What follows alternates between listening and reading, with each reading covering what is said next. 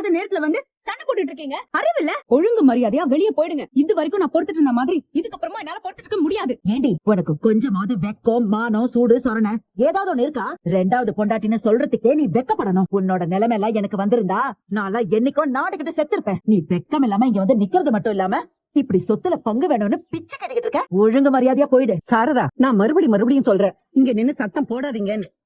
நீங்க பேசுறது எவ்வளவு தப்பா இருக்குன்னு தெரியுதா உங்களுக்கு? உங்களோட தேவைக்காக மத்தவங்களோட சூழ்நிலையை புரிஞ்சுக்காம அவங்க போற இடத்துக்கெல்லாம் போய் டார்ச்சர் பண்ணிட்டு இருக்கீங்க. நான் அதை ஸ்மூத்தா டீல் பண்ணணும்னு ரொம்ப பொறுமையா மரியாதையா பேசிட்டு இருக்கேன். எனக்கு பிரச்சனை பண்ண தெரியாமல நான் இறங்கி சண்டை போட்டேன்னு வைங்க, அதை உன்னால தாங்கிக்கவே முடியாது. நல்லபடியா சொல்லும் போதே கிளம்பி போயிட்டு முடியாது, எங்களால போக முடியாது.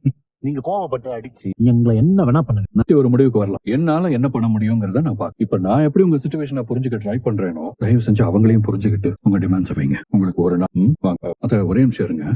இரு பாட்டி, ப்ளீஸ் பாட்டி, உங்ககிட்ட கொஞ்சம் பேசும். தாத்தா நீங்களும் வாங்க. சத்தி ஒரே நிமிஷம் வாங்க பாட்டி.